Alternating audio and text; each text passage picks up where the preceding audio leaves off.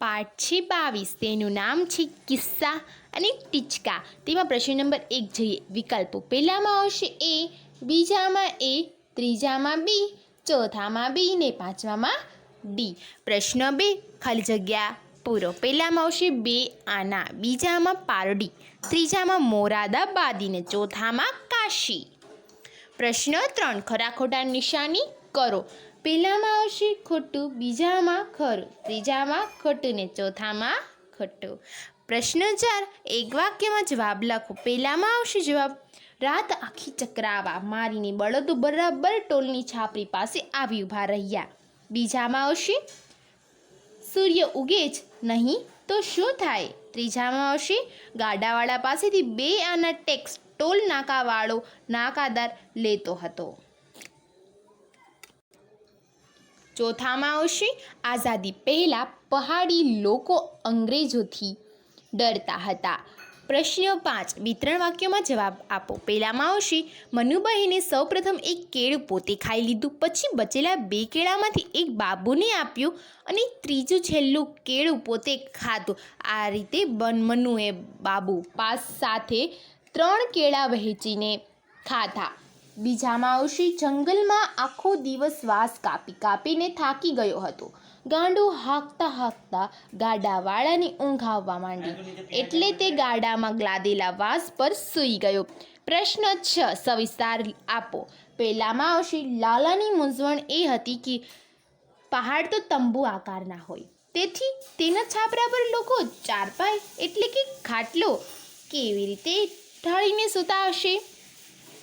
લાલાની આ મૂંઝવણ પહાડીને ન સમજાય, કારણ કે લાલો પહાડી પ્રદેશની જીવનશૈલીથી અજાણ છે. એ વાત પહાડીને આશ્ચર્યજનક લાગતી હતી. બીજામાં આવશે, એકવાર એન્જિન સાથે અથડાઈને પાડો મરી ગયો. હવે રેલવેના કાયદા મુજબ અકસ્માત થાય તો સ્ટેશન માસ્તરને તેની જાણ ઉપરી અધિકારીને કરવી પડે.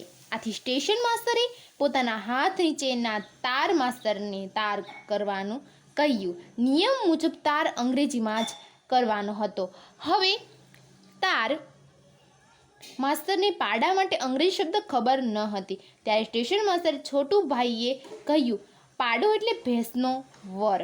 એટલે તો તાર માસ્તરે લખ્યું, 1 husband of buffalo died under engine. તારને વાંચ્યા જ કરતા હતા. ત્રીજામાં આવશે, અંગ્રેજ ચાની દુકાને જઈ દુકાનદારને ચાનો ઓર્ડર આપતા કહ્યું હતું, 2 cup ટી. આ સાંભળી દુકાનદાર ગુસ્સે થઈ ગયો, કારણ કે તેને અંગ્રેજી આવડતું ન હતું અને તે કપટીનો અર્થ એમ સમજે છે કે તું કપટી. આથી તે કપટીનો અર્થ લુચ્ચો દગાબાજ સમજે છે. આ અંગ્રેજી મને કપટી કહ્યો એમ સમજી દુકાનદાર ગુસ્સે થઈ ગયો. ચોથામાં આવશે, ટોલવાળા નાકાદારને 2 આના ન આપવા પડે એ માટે ગામડીઓ વહેલી સવારે ગાડું લઈને જંગલમાં જાય છે અને આખો દિવસ વાંસ કાપી ગાડું ભરચક ભરી દે છે. પણ સાંજ પડતા તે ખૂબ જ થાકી જાય છે અને ગાડામાં રાખેલા વાંસ પર જ સૂઈ જાય છે. એની યોજના હતી કે ગાડું લઈને ટોલ નાકાથી આડે રસ્તે ચૂપચાપ નીકળી જવું, પરંતુ પોતે થાકીને સૂઈ ગયો અને તેના બળદો આખી રાત જંગલમાં ચકરાવા ખાઈને સવારે ટોલની છાપરીની સામે જ આવીને ઊભા રહી ગયા.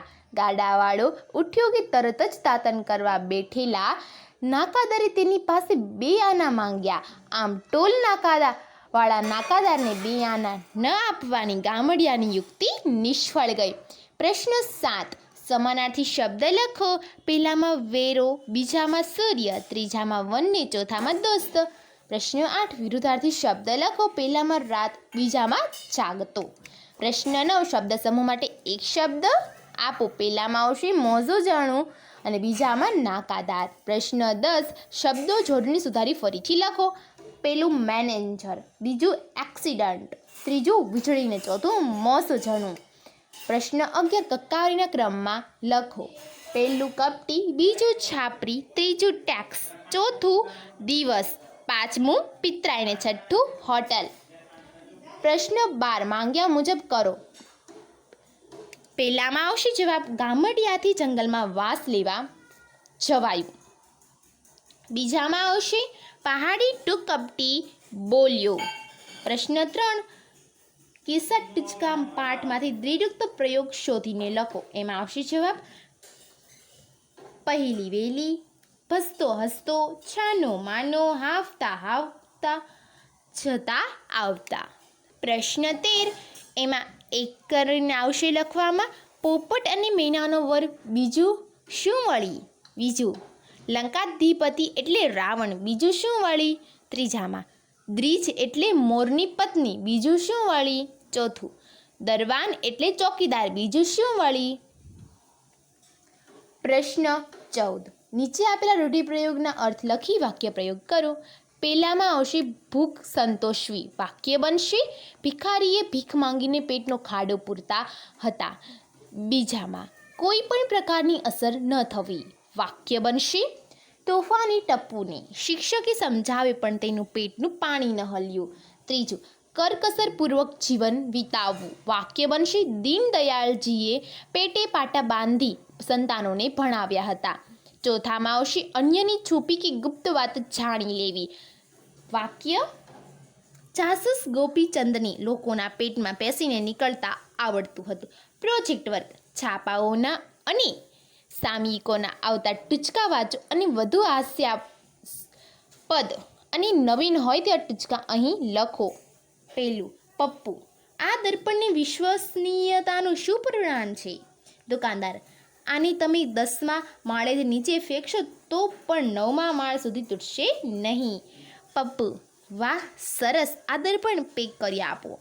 બીજું આવે સિંહ વૃદ્ધને, હું તારું લોહી પીવા ઈચ્છું છું. વૃદ્ધ, અરે પણ મારું લોહી તો ઠંડુ છે, કોઈ નવયુવકનું લોહી પી. સિંહ, આજે મને ઠંડુ પીણું પીવાની ઈચ્છા છે. તો બાળ દોસ્ત, આ સાથે આપણો જે 22મો પાઠ છે એ પૂરો થાય છે. અને આવા જવાના વિડીયો જોવા માટે મને કોમેન્ટ કરી જરૂરથી જણાવજો. તો આવજો બાળ દોસ્તો, ફરી મળીશું નવા વિડીયો સાથે. ત્યાં સુધી આવજો.